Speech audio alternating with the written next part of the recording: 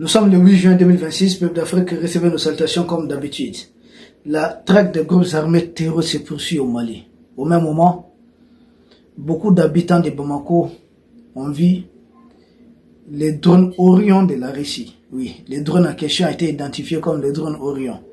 C'est un drone que les forces armées russes ont dit déjà utiliser non seulement en Syrie, mais même contre Zelensky depuis 2022.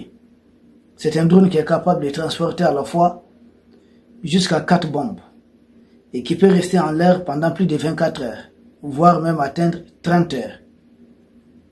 Donc c'était un drone parfaitement adapté au théâtre malien, dans la mesure où ça peut transporter jusqu'à 4 bombes et pouvant atteindre souvent une vitesse maximale de 250 km à l'heure, c'est-à-dire entre 150 et 250 km à l'heure.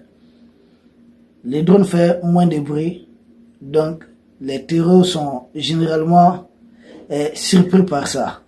Et ils sont frappés, souvent même pendant leur sommeil. C'est pas souvent comme les hélicoptères qui font des bruits souvent, voilà. Qui font des bruits et autres, même qui sont très efficaces parce qu'avec les mitraillettes que certains des hélicoptères portent, ça ne suffit pas de lancer les missiles parce que quand on lance souvent la munition, il y a quelques rescapés qui essaient d'échapper. Mais quand c'est la mitraille de l'hélicoptère, ils sont tous envoyés de l'autre côté. Donc, il ne faut pas se fier simplement au bruit. Donc, chacun des appareils présente un avantage. Donc, pendant qu'on est en train d'apercevoir cet appareil, dans le ciel de Bamako, sans doute, pour une démonstration, un essai, ça peut être beaucoup de choses. Nous ne sommes pas dans les secrets des trucs pour savoir. Mais ce qui est sûr, ça a été vu, ce n'est caché des personnes. Les drones Orion, donc nous n'avons pas seulement que les drones turcs, sans doute il y a les drones aussi de la Russie et peut-être d'autres encore. L'armée malienne est en train de se renforcer, de monter en puissance. Et depuis les attaques coordonnées du 25 avril, l'armée malienne ne cesse de traquer les groupes armés terroristes. Et vous avez suivi avec moi le communiqué du 6 juin d'ailleurs des forces de défense et de sécurité du Mali. Ce communiqué qui montre à plus B qu'il y a eu plusieurs frappes autour de Gao, notamment 3 frappes. Première frappe qui a permis d'éliminer beaucoup de terreurs au sud-ouest de la localité de Gao, notamment la localité de Doro, vers là-bas. Beaucoup de terreurs ont été neutralisés. Un camion s'est rempli de logistique, c'est-à-dire des engins, des matériels, ravitaillement en français facile des groupes armés terreurs. Ce camion aussi a évidemment été détruit. Voilà. Qui est en train de ravitailler les terreurs? C'est à partir de quel pays? Notre armée est en train de suivre. Donc les camions en question, c'est pas la première fois qu'on détruit un camion rempli de logistique pour les groupes armés terroristes. Ça vient de certains pays voisins. Mais continuer d'envoyer, peut-être on va continuer de les détruire. Jusqu'à ce que le Mali adopte la politique mise en place de dissuasion par l'Iran surtout. Ou quand vous nous attaquez à partir d'un territoire, rassurez-vous que la base qui a servi de cette attaque, par exemple, base qui a servi là où le camion a été chargé, normalement ça doit être cible légitime pour la force de défense et de sécurité du Mali. Donc les frappes ne sont pas limitées à la localité de Gao. Il y a eu 3 frappes.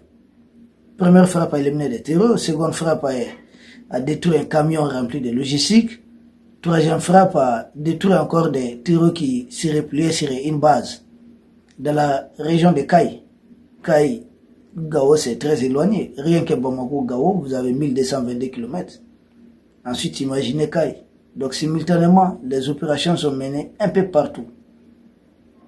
À Kaï, il y a une opération, notamment dans la localité de Sandaré, où une base de repli, c'est-à-dire une cachette des groupes armés terroristes, chaque fois qu'ils commettent leur forfaiture sur la route nationale ou quelque part, ils fuient se cacher là-bas. Pour eux, là-bas, ils ne sont jamais vus. Mais c'est mal connaître la surveillance engagée actuellement par notre armée. Ces terreurs ont été suivis jusqu'au niveau de leur base de repli. Et là-bas, ils ont été neutralisés. Plus de 30 terreurs ont été envoyés de l'autre côté. Je dis bien plus de 30 terreurs ont été envoyés de l'autre côté.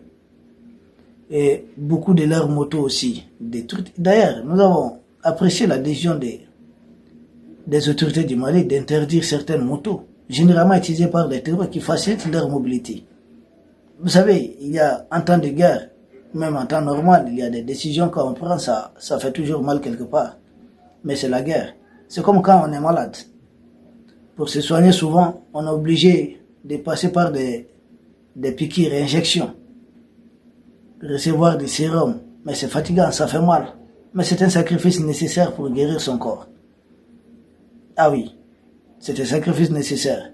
Souvent on prend certaines choses, voilà. On peut se retrouver avec un ventre façon et tout ça, mais il y a toujours un effort à fournir. Ça fait toujours mal quelque part.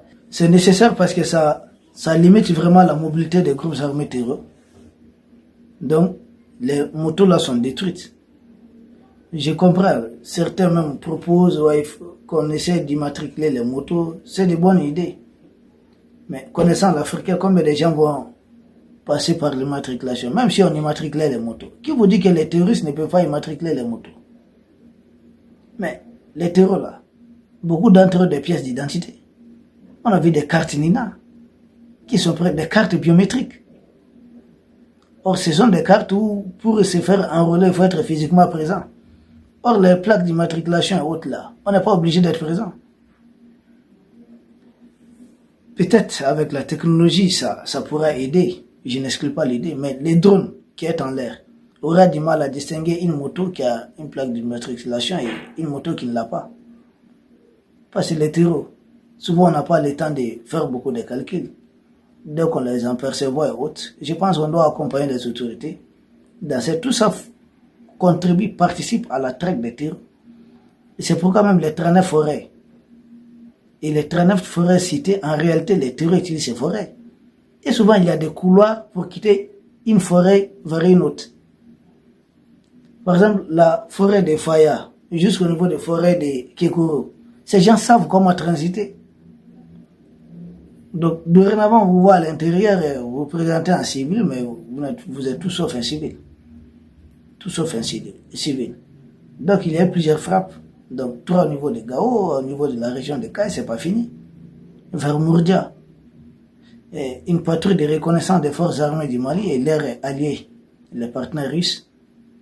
Là-bas aussi, nous avons neutralisé certains terreaux dans leur fuite. Parce que dès qu'on a engagé le combat, ils ont essayé de fuir. Et hier tout près, 7 juin, l'armée malienne a tendu une embuscade à un groupe terroriste très important qui était en mouvement. En mouvement, c'est un peu dans la région de Bougouni. Ils étaient en mouvement. Et d'ailleurs, ça a permis de libérer certains Chinois qui avaient été pris en otage. On a récupéré 3 véhicules de maître de ces groupes armés terroristes, beaucoup de motos détruites et saisies, beaucoup de terroristes éliminés ou arrêtés même.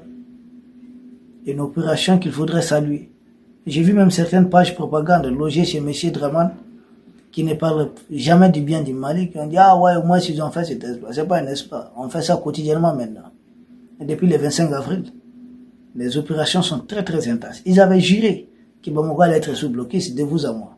Vous savez que si rien n'entre ne sort de Bamako, on n'allait pas tenir pendant tout ce temps. Ils ont échoué une fois de plus. Et je vous l'avais dit, qu'ils vont échouer. Ils seront obligés de déployer plus de terreaux le long des routes. Et ça serait facile pour notre armée de les neutraliser. Ils peuvent commettre certains dégâts par endroit, mais ils seront toujours traqués et neutralisés. Donc la tâche des groupes armés terroristes se poursuit bel et bien. Bon, bref, peuple d'Afrique, c'était pour vous entretenir, vous informer de cet effort. Dès nos formats sur le terrain, nous restons sereins, concentrés. Parce que tant qu'on n'a pas fini de neutraliser les terreurs, la lutte ne fait que commencer. Nous n'allons pas nous laisser distraire avec certains sujets. Même pas. Nous restons concentrés, nous savons qui est l'ennemi. Ce sont les mercenaires envoyés contre notre pays. Qui les envoie? Nous savons les pays qui les envoient. Mais nous allons les neutraliser.